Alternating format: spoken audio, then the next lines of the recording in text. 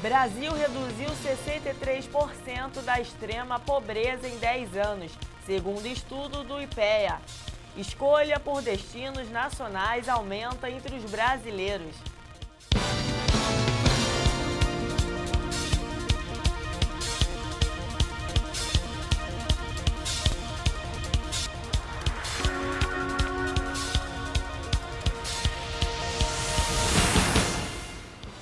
Olá, boa tarde. A primeira edição do Sistema de Seleção Unificado, SISU, em 2016, vai oferecer 228 mil vagas em 131 instituições públicas de educação superior do país. O sistema informatizado do Ministério da Educação oferece as vagas para candidatos que realizaram o Exame Nacional do Ensino Médio, o Enem. Para concorrer, o estudante não pode ter tirado 0 na prova de redação. As inscrições para o SISU começam no dia 11 de janeiro e o resultado da chamada será divulgado no dia 18. Mais informações no site www.mec.gov.br. Novo salário mínimo vai injetar 57 bilhões de reais na economia do país. Dona Vilma recebe todo mês um salário mínimo de aposentadoria do INSS. Ela vai ser uma das beneficiadas com aumento de 11,6% do piso nacional a partir do dia 1º de janeiro de 2016, aumento acima da inflação. Nós trouxemos a Dona Vilma até este supermercado para ver o que ela pode comprar com os R$ 92 do aumento do salário mínimo. Os produtos estão aqui no carrinho. Dona Vilma, esse aumento vai ajudar nas compras do mês, né? Bastante. Essa quantidade aqui a mais do que eu já compro, porque eu tenho percebido de uns 10 anos para cá que o meu poder de compra tem melhorado. Com os R$ 92 de aumento, Dona Vilma comprou 5 quilos de arroz, 5 de açúcar, 2 quilos de feijão, 2 litros de óleo, 2 litros de leite, 1 quilo de sal, meio quilo de café e carne de frango e de boi. O valor do salário mínimo passa de R$ 788 para R$ 880. Segundo o levantamento do DIEESE, o reajuste do mínimo vai injetar 57 bilhões de reais na economia brasileira no ano que vem. São cerca de 48 milhões de brasileiros que têm os reajustes vinculados ao valor do salário mínimo. Desse total, 22 milhões e meio são aposentados e pensionistas, 13 milhões e meio são empregados com carteira assinada. 8 milhões e 200 mil trabalham por conta própria e quase 4 milhões são empregados domésticos. Até 2024, o Brasil deve ampliar em 55% a capacidade de geração de energia elétrica. Segundo o Plano Decenal de Expansão de Energia, a produção de petróleo deve ter um acréscimo de 121% e a de gás natural, 65%. O plano prevê uma ampliação de 55% na capacidade instalada de geração de energia elétrica em todo o país no período de 2014 a 2024. Já a produção de petróleo deve ter um acréscimo de 121%. A produção de gás natural deve crescer 65% e a de etanol 54%. No plano estão previstos investimentos de 1 trilhão e 400 bilhões de reais. Deles, quase 27% vão para a energia elétrica, 70% para petróleo e gás natural e 2,5% para biocombustíveis líquidos. As fontes renováveis devem continuar a ter participação significativa na matriz energética brasileira. Em 2014, 39% da energia vinha de fontes renováveis. O plano prevê que em 2024 esse número seja de 45%. Há um destaque especial para as fontes renováveis. O Brasil é um país privilegiado, né? Nós temos, além da hidroeletricidade, nós temos os ventos, nós temos o sol e temos toda uma extensão que nos permite utilizar a agricultura como base para os biocombustíveis. Novo levantamento da Operação Rodovida da Polícia Rodoviária Federal mostrou que houve redução do número de acidentes graves no trânsito. No entanto, a quantidade de mortes aumentou entre os dias 28 de dezembro e 3 de janeiro. A operação vai até o dia 14 de fevereiro de 2016. Entre os dias 28 de dezembro e 3 de janeiro deste ano, a operação da Polícia Rodoviária Federal registrou 267 acidentes graves, ocorrência em que há pelo menos um ferido grave ou morte. Esse número mostra uma redução de 36% em relação ao mesmo período do final de 2014 para o começo de 2015. O balanço também indica que houve 1.248 acidentes com vítimas, em que 2.073 pessoas ficaram feridas e 147 morreram. Comparado ao balanço anterior, esses números apontam um aumento de 7% no número de acidentes e uma elevação de 14% na taxa de óbitos. A Operação Rodovida continua até 14 de fevereiro. O Instituto de Pesquisa Econômica Aplicada, IPEA, divulgou a análise feita nos dados da Pesquisa Nacional por Amostra de Domicílio de 2014. Segundo o estudo, o país reduziu a extrema pobreza em 63%. A análise mostra que a realidade brasileira continua em processo de mudança social. Dorival Filho deixou a condição de pobreza e ingressou no mercado formal de trabalho. Para sustentar a família, ele atuava como catador em um lixão na cidade de Piedade, no interior de São Paulo. Quando começou a receber o Bolsa Família, Dorival pode voltar a estudar aos 20 anos de idade. Trabalhei grande parte da minha vida no lixão, principalmente na infância, e com isso tive que deixar os estudos. Graças ao Bolsa Família, eu pude retornar aos estudos, cursar uma universidade. Hoje eu sou professor de português e de francês, mestre em linguística e estou no 2º ano de doutorado em linguística. Tudo isso graças ao Bolsa Família, que permitiu que eu saísse do lixão e chegasse onde estou hoje no doutorado. A Pesquisa Nacional por Amostra de Domicílios de 2014 mostra um aprofundamento de mudanças sociais. Esse resultado é uma combinação do avanço das políticas sociais e das melhorias no mercado de trabalho, com valorização do salário mínimo e aumento do emprego formal. O diretor de Estudos e Políticas Sociais do IPEA, André Calistri, afirma que 2,48% da população ainda vivem em extrema pobreza, mas ressalta que a pesquisa mostrou uma grande redução no número de pessoas que vivem nestas condições. 30% entre 2013 e 2014, num ano só, e 63% de redução nos últimos 10 anos. É um resultado extraordinário, mostra a conjuntura de inúmeros fatores. O crescimento econômico com o aumento da renda das famílias, a redução do desemprego, a redução da desigualdade.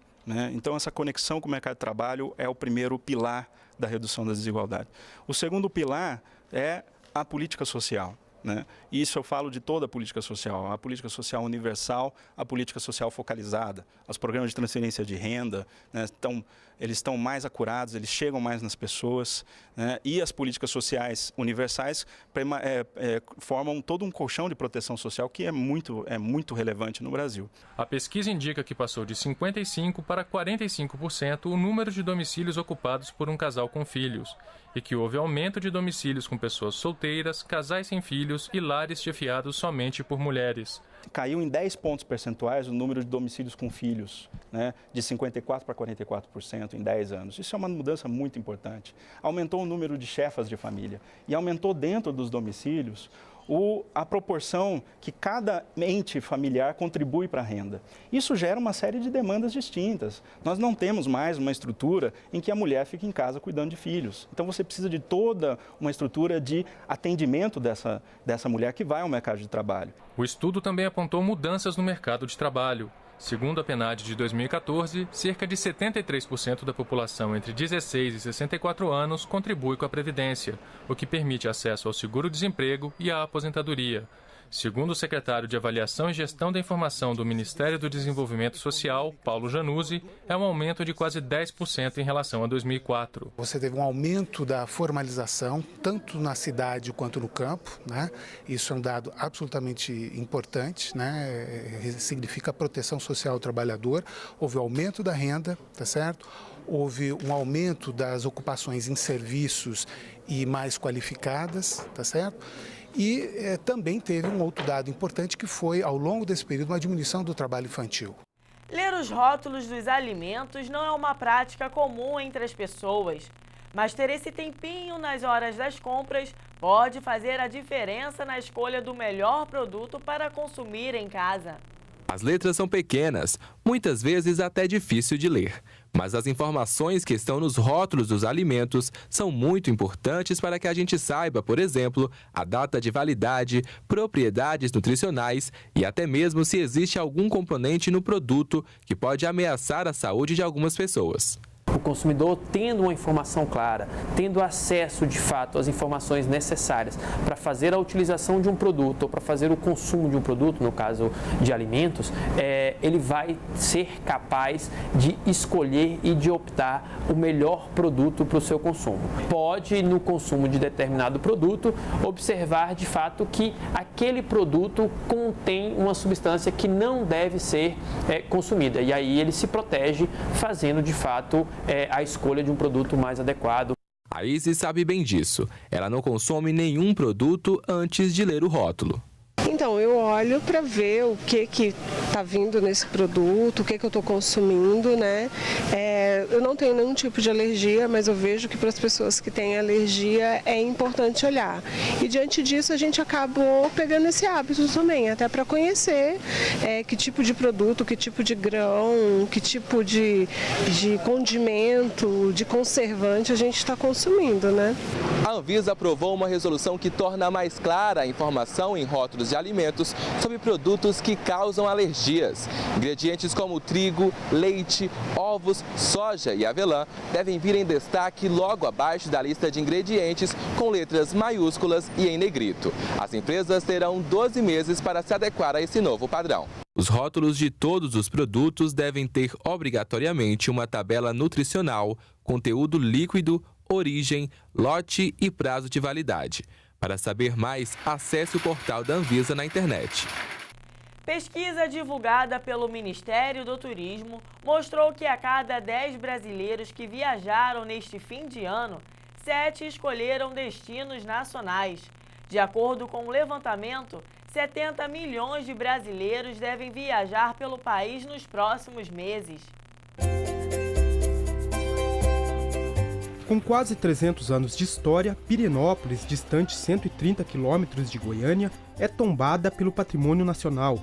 Cercada por morros e cachoeiras, a cidade é um dos principais pontos turísticos do Centro-Oeste. São visitantes que vêm para cá atraídos pelo turismo cultural e ecológico e pela boa estrutura de atendimento aos visitantes. É um bom atendimento, boa comida, lugares interessantes para você poder passear, visitar. Eu gostei bastante. Eu acho que tem melhorado bastante. Eles estão se preocupando um pouco mais com o turista, tratando um pouco melhor, entendeu? As pessoas que vêm de fora. Assim como Jorge e Paulo, o brasileiro está viajando cada vez mais dentro do país. Uma pesquisa do Ministério do Turismo mostra que mais de 80% dos brasileiros que pretendem viajar nos próximos meses vão escolher os destinos nacionais.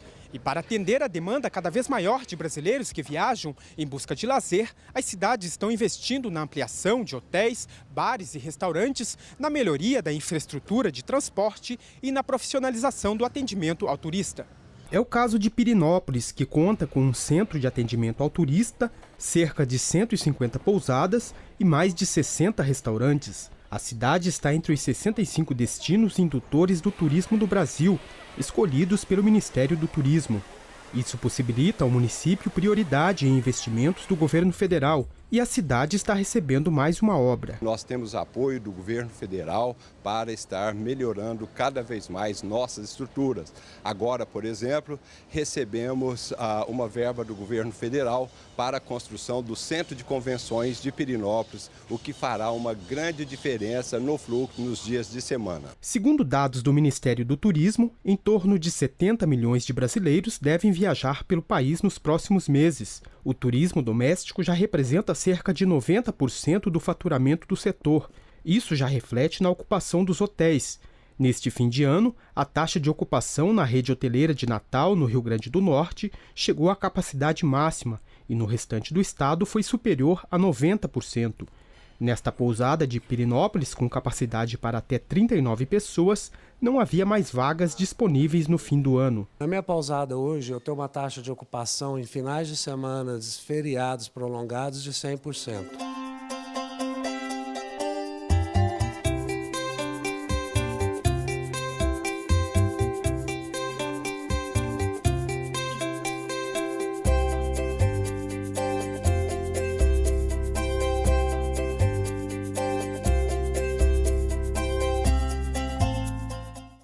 E você vai ver a seguir. Em 2015, leilões de energia movimentaram 13 bilhões de reais. E ainda, decoração dos quartos da Vila dos Atletas será feita com fotos de torcedores. Você pode mandar a sua sugestão de pauta para o nosso e-mail metropolitanorio@redngt.com.br ou entrar em contato conosco através do telefone 021 3890 3259. O Jornal Metropolitano vai para um rápido intervalo e volta já.